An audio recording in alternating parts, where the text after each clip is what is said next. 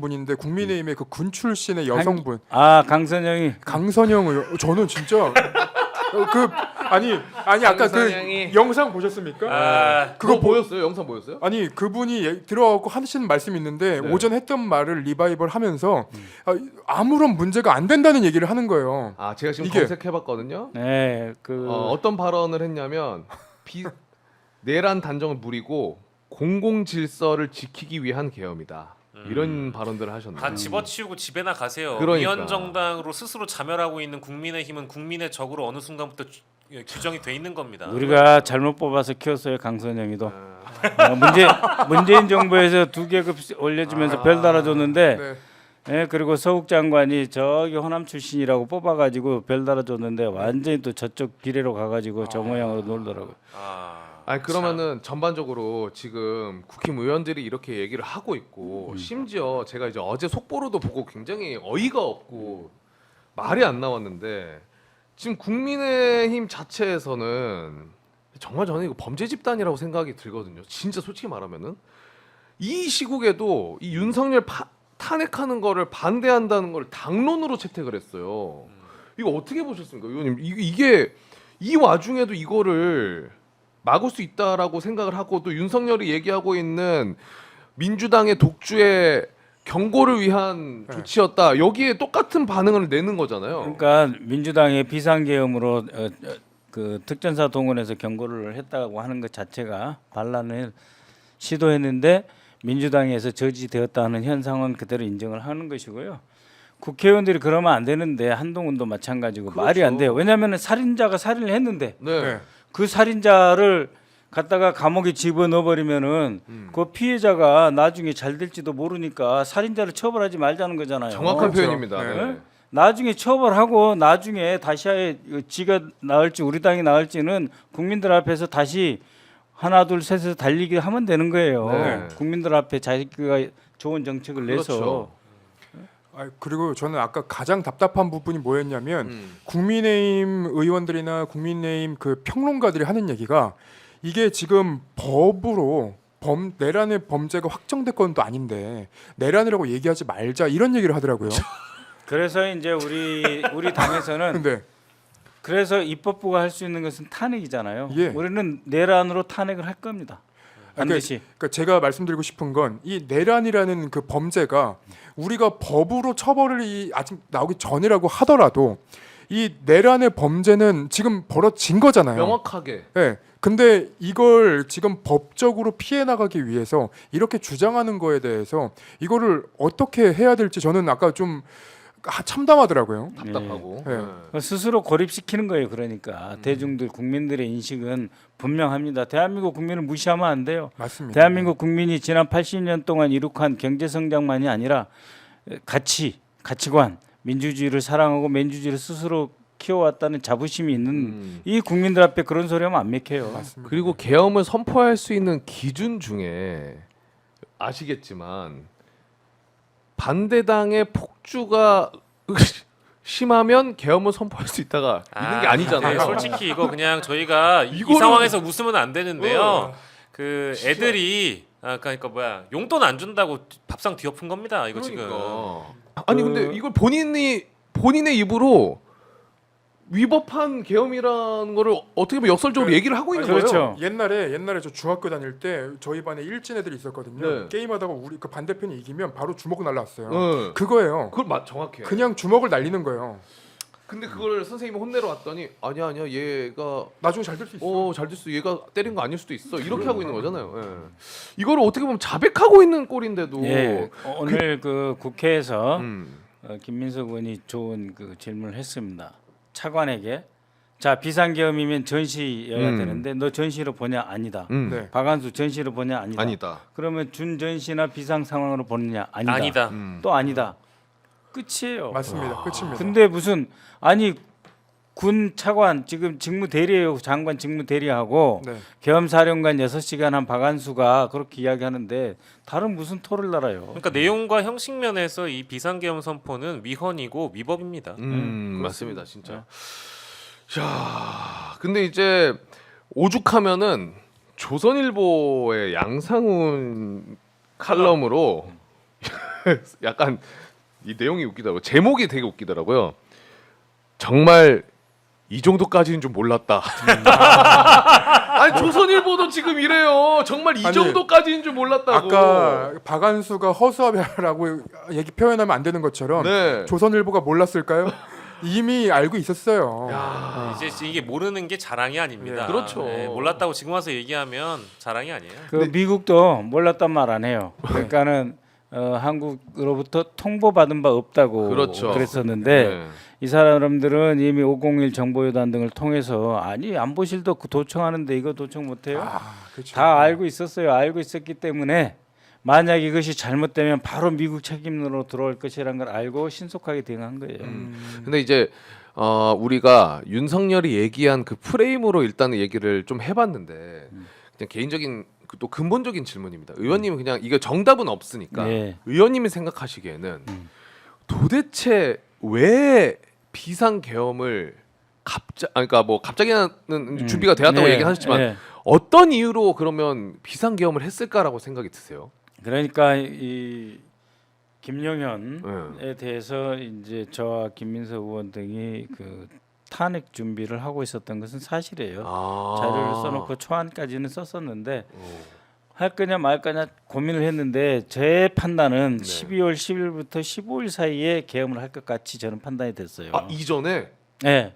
그래서 이것을 얻는 지금 탄핵으로 몰아가는 게 나을지 아닐지 미묘한 그 심리전이 있어가지고 잠깐 살짝 숨 죽이자 했는데 그 저쪽하고 친한 기자분들이 계속 전화가 와요. 탄핵 언제 할 거냐, 어떻게 할 거냐 계속 물어봐. 그래서 이거는 하청 질문이다. 이거는 하청받고 질문이다. 그러면은 굉장히 지금 김용현이가 긴장을 하고 있고 자기가 탄핵당하면은 이제 계엄을 못 하잖아요. 계획하고 있던. 네, 계엄을 못 하게 되는데 저기 그 이창수 중앙지검장 탄핵안이 이제 수요일 날 통과하려고 돼 있었잖아요. 네. 그러면 이창수 중앙지검장이 이제 날아가면 그러면은 저기 검찰총장이라고 할지라도 전체적으로 검찰이 흔들리니까 창원지검이 수사를 세게 하고 명태균 게이트 관련해서 명태균 게이트 관련해서 그러면은 김건희 육성이 나온다든지 제2의 윤석열 육성이 또 튀어나오고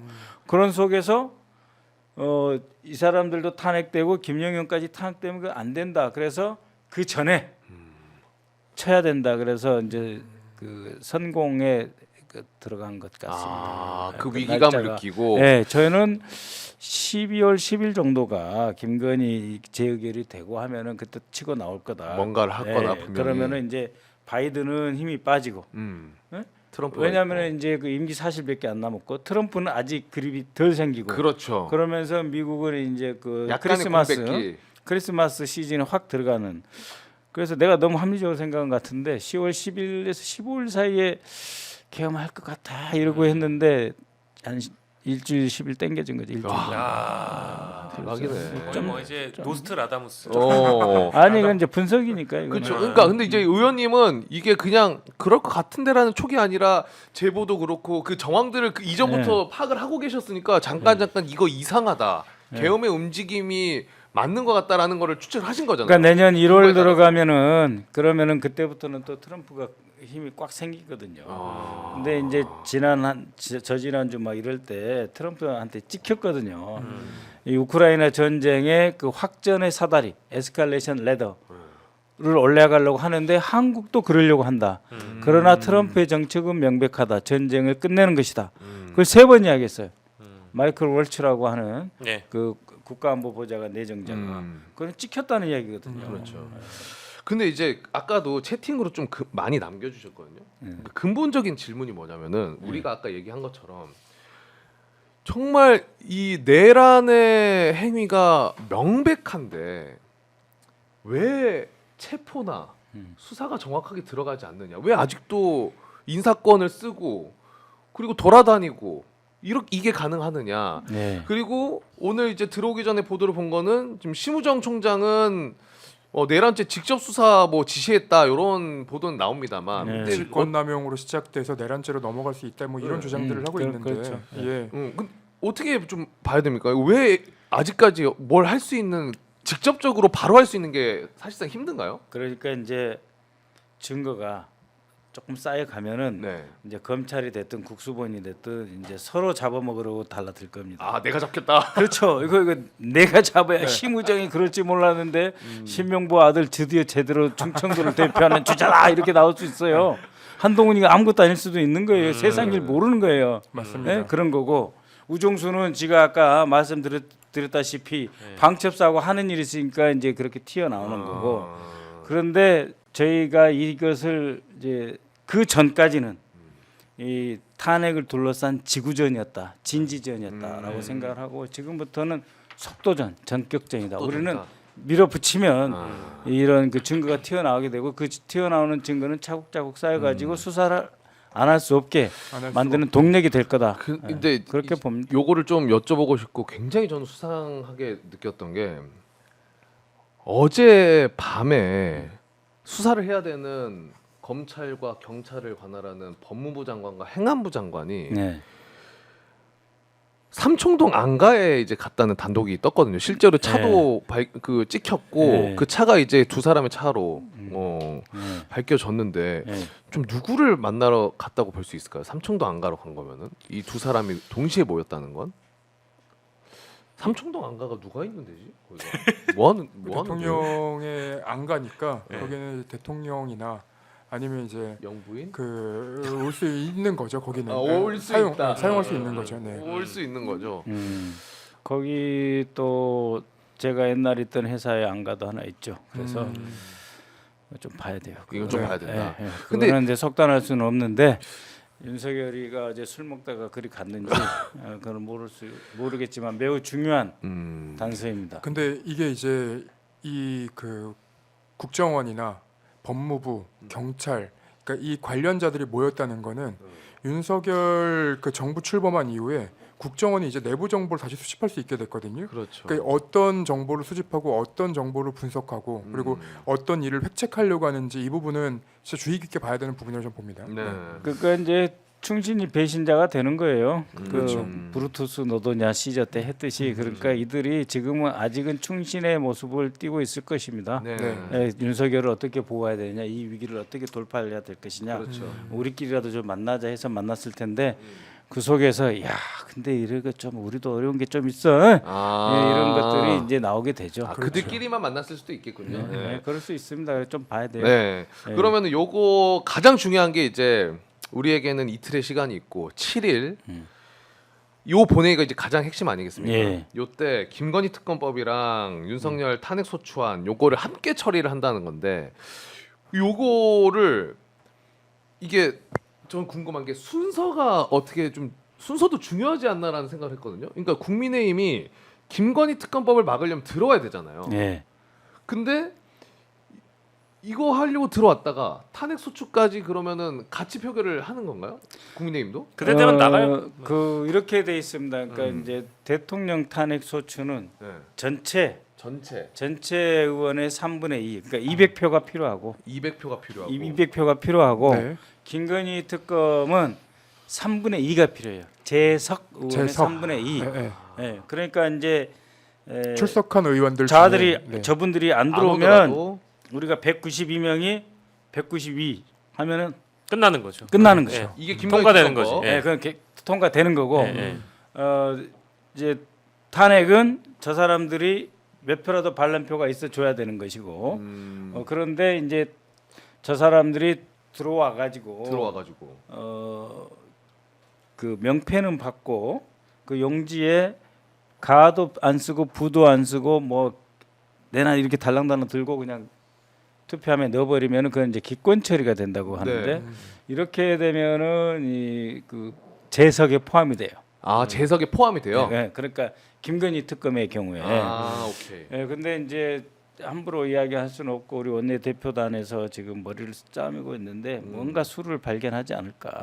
그래서 그리고 일단 그 윤석열 탄핵은 계속하면 돼요. 네. 근데 계속하면 된다고 하더라도 왜 이게 가장 중요하다라고 생각을 하냐면 두 분도 공감하시겠지만 이 힘을 하루 빨리라도 뺏어야 지금 아유, 그럼요. 그렇죠. 불안감이 없어질 것 같아서 네. 그런 그 거거든요. 너무나 무서운 게 이제 계속하면 된다고 말씀 주셨잖아요. 계속할 수 있는 동력이 뭐냐면 윤석열 씨가 계속 사고를 쳐요. 그리고 그간에 있었던 일들이 드러나요.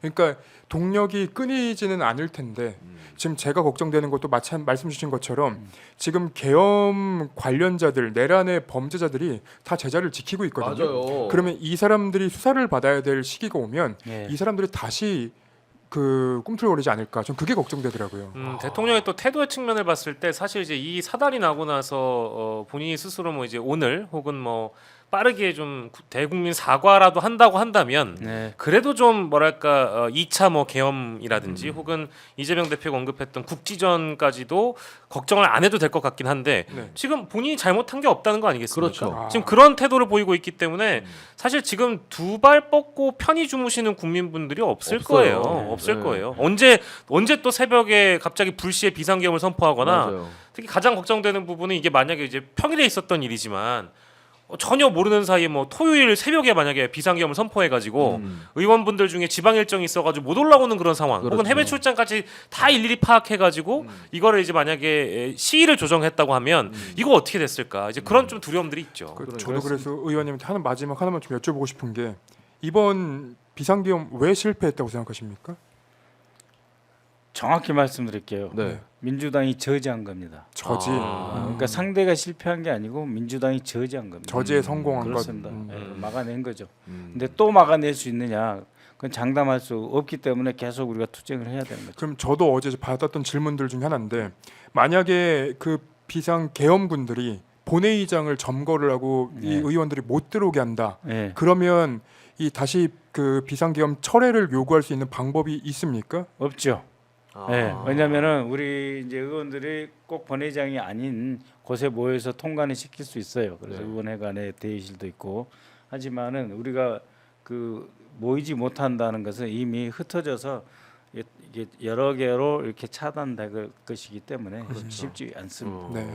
왜냐하면 본회의장이 있을 때는 의원분들께서 한 공간에 대한 목표가 있는 거잖아요. 저기로 그렇죠. 가야 서로 한다. 얼굴 보고 이야기하고 소리치고 야 힘내자 네. 막자 뭐 이런 게 있는 거죠. 근데 그게 아니라 지금 분산이 될 수도 있는 거니까. 예. 아, 어떻게 그 내부적으로 좀 이야기를 하고 그 국회 분위기를 봤을 때는 네.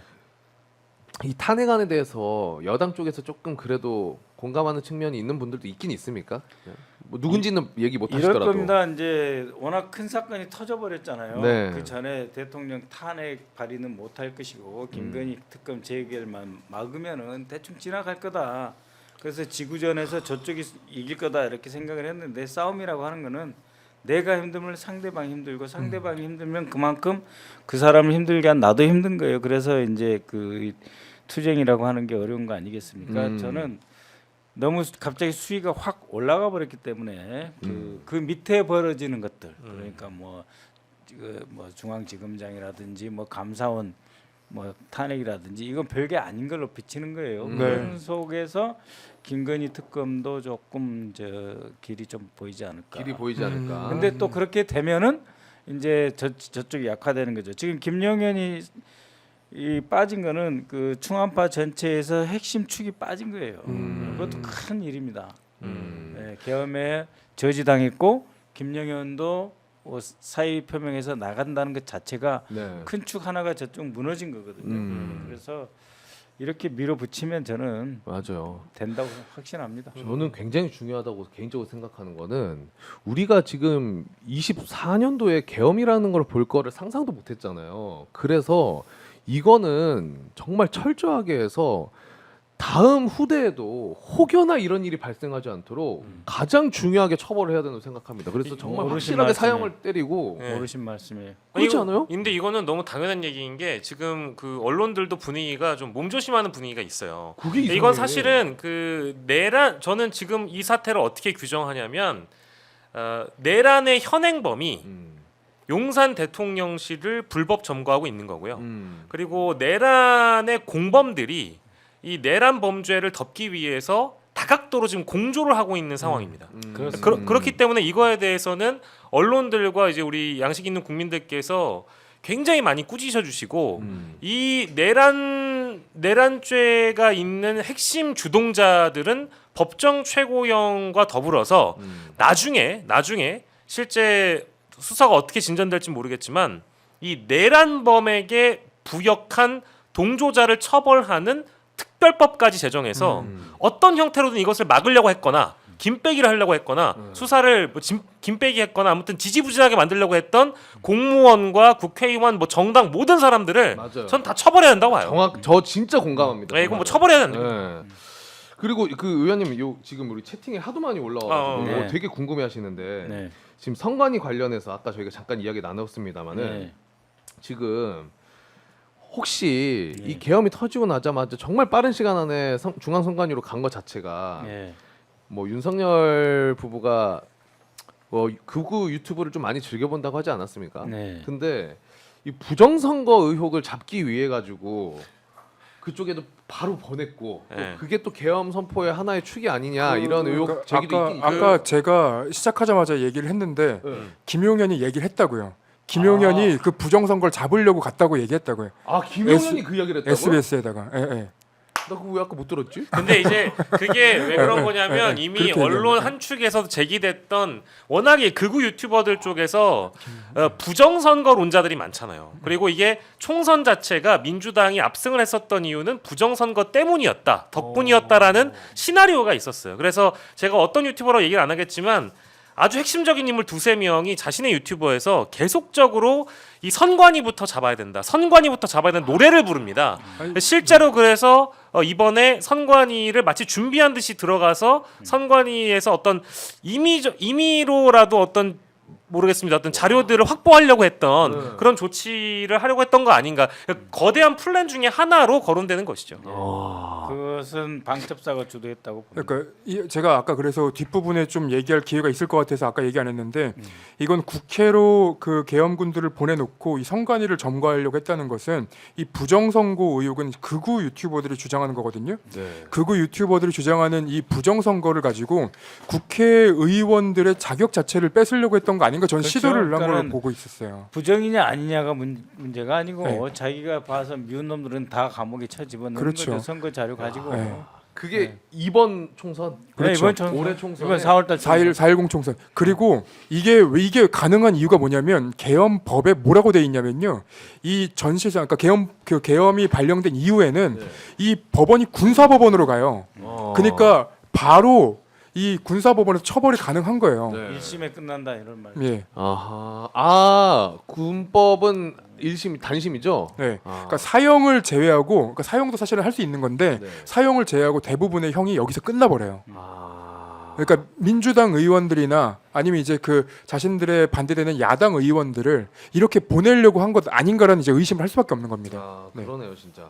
그 민주당에서 그 내란죄 관련해서 상설특검 수사 요구도 처리한다는 그 처리 예정이라고 하는데, 네. 근데 이게 상설특검이 사실 결국에는 이것도 윤석열이 마지막에는 지명을 해야 되는 거잖아요. 그렇죠. 우리가 사실상- 이제 그 이번에 그 규정을 바꿨어요. 그래서 대통령 관련 사안인 경우에 여당이 이 그 특검을 임명하지 못합니다. 그렇죠, 그러니까 지금 그렇죠. 윤석열이 지금 내란 주동자지 않습니까? 그렇죠. 그러니까 그는 야당이 제시한 복수의 그 특검, 상설 특검 중에서 한 명을 선택할 수 있는 권리만 있는 거지.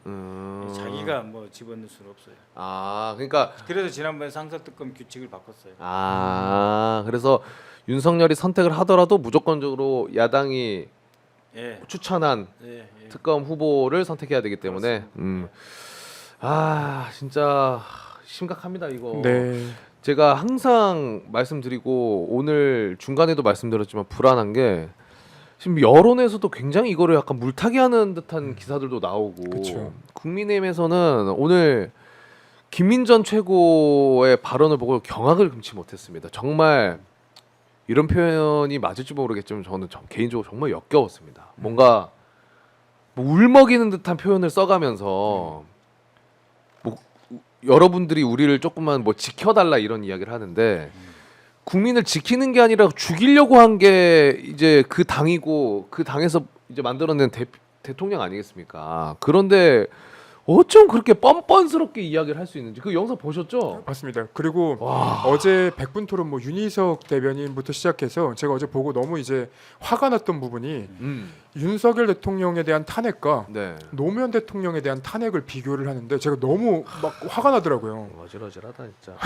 아니 그 비교해도 돼요. 제가 그 탄핵 그 백서를 갖고 있어요. 노무현 네. 대통령 백서를 네. 그것처럼 딱 짜잖아요. 네. 그러면 무조건 이 탄핵은 통과입니다. 네, 그러니까 비교해도 그자가 실수를 한 거예요. 네. 그렇죠. 네. 그대로 똑같이 가면 되는 거예요. 그러니까 탄핵을 같이 하자고요. 그리고 이제 사실은 뭐 비상계엄이 끝났지만 끝난 게 아닌 상황인데 그러면 앞으로도 그 민주당 의원님들은 비상체제로? 그 비상체제로 지금 계속 진행이 되는 겁니까? 예, 오늘 새벽 4시부터 이제 제가 12시까지 당번 섰는데요. 또 내일 또 당번 서야죠.